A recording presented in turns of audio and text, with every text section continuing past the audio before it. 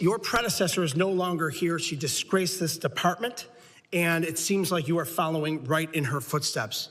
Under your leadership, that is not true. Don't accuse me of something that's not true. Without food. Sir, you can say all you want, but don't accuse me of something that's not accurate. You can sit there and tell lies all day long, and all it is a lie. Gentleman's time. That's a flat-out lie. You know it's a flat lie. That's a lie. Time. That is right. That's a lie.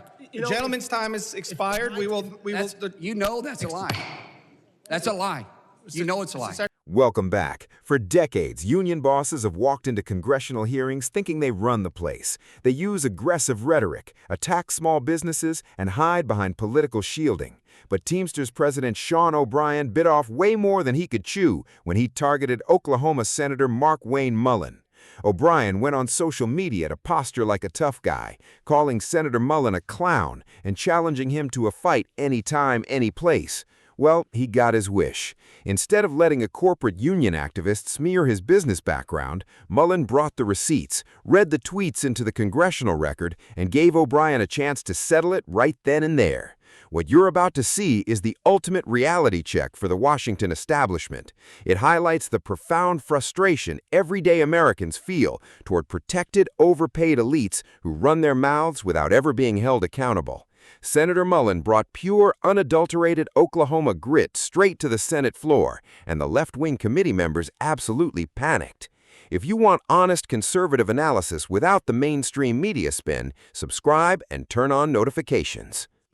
Your predecessor is no longer here. She disgraced this department, and it seems like you are following right in her footsteps. Under your leadership, that is not true. Don't accuse me of something that's not true. Without food. Sir, you can say all you want, but don't accuse me of something that's not accurate. You can sit there and tell lies all day long, and all it is a lie. Gentleman's time. That's a flat-out lie. You know it's a flat lie. That's a lie. Time. That is right. That's a lie. The gentleman's time is expired. We will. You know that's a lie. That's a lie. You know it's a lie. Mr. Secretary. Mr. Secretary. Please. Everyone. We will continue to do this hearing like we have done the ones in the past. I'm asking everyone, please, questions, answers. Do not attack each other's characters. That is something that is a violation of House rules. So, no attack. Secretary's character. No. I did not attack his character, Mr. Chairman. I'm just saying the statement is for everyone. I simply stated facts about the department. What I'm saying right now is not a fact. You can't point to a single fact that's accurate. Wait. Mr. Chairman, I think the point is, if the witness is not addressing a question but making a statement, that's not a question. He shouldn't be allowed to ask. The point is, we've had these hearings before. This is not the first time we've had a secretary in front of us. Mm-hmm. Members know how we do things around here since I become chairman. Mm-hmm. I'm trying to keep a lid on this. Members will ask questions. They know there are rules. You cannot attack other members. You cannot, questions can only be directed to me or the witnesses. Witnesses will answer the questions. When a member reclaims their time, the witness should give back that time. Nobody should be going after anyone's character. That is not how we do things. We will get back on track here. Again, questions answer, questions answer. This is not the first time. We are going to keep a lid on this hearing today. And when a member asks a question, they get to ask their question. The witness gets to answer it. They can't direct how the witness answers it. They can reclaim their time. They cannot tell the witness what to say. The witness is here and gets to answer the question that is asked. If the member does not like the answer and wants to get another question in before their time is expired, they can reclaim their time, and I will enforce that. But they can't be upset, and I don't want people talking over each other. That has been happening quite a lot today. So again, rules of decorum. Members will ask questions. Witnesses will answer the question. If the member doesn't like, if they want to get on to something else, they can reclaim their time.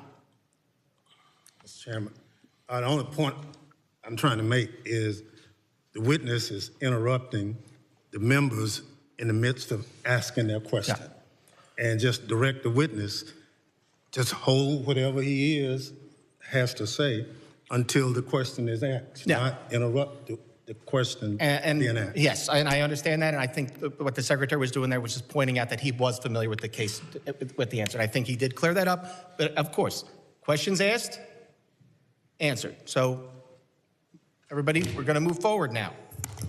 I now recognize the gentleman from Arizona, Mr. Crane, for 5 minutes of questions. Welcome back. Now, the mainstream media looked at that clip and immediately clutched their pearls. They started whining about decorum and the dignity of the Senate. But let's look at what actually happened here through a lens of common sense and accountability. First of all, let's look at the sheer hypocrisy of Sean O'Brien. This is a guy who runs an organization built on tough guy aesthetics and aggressive rhetoric. He thought he could score cheap political points on social media by calling a U.S. senator a clown and telling him, "You know where to find me, any place, any time, cowboy." He thought Mullin would act like every other career politician, ignore it, take the punch, and move on. But Mark Wayne Mullin isn't a career politician. He's a self-made business owner, a family man, and an undefeated MMA fighter. In Oklahoma, when you challenge a man to a fight, you better mean it.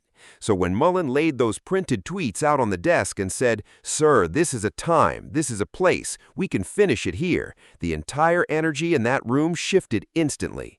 O'Brien's smug smile completely vanished. And did you notice how quickly O'Brien tried to backpedal into semantics once Mullin actually stood up?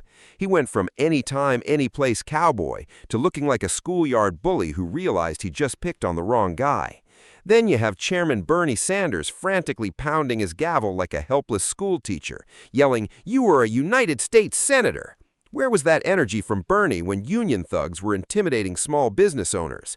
Where was that passion for decorum when the left was weaponizing social media to attack conservative leaders? They only care about the rules when their narrative gets punched in the mouth. From a policy and political standpoint, this exchange matters immensely. It shows a fundamental conservative principle, standing up to the intimidation tactics of big labor. Mullin wasn't just defending himself, he was defending every independent contractor, every small business owner, and every non-union worker who has ever been bullied by corporate union bosses. The media tried to frame this as an embarrassment for Mullin, but the public reaction showed the exact opposite. Working-class Americans loved it. Why? Because people are tired of fake, hyper-sanitized politicians who say one thing behind closed doors and another in front of a camera. Mullin showed that he is exactly who he says he is. He brought real-world rules to a Washington echo chamber that desperately needs them. Ultimately, Mark Wayne Mullin didn't just expose a hyper-partisan union boss. He showed the entire country what it looks like when a leader refuses to be intimidated. That is peace through strength, Oklahoma style.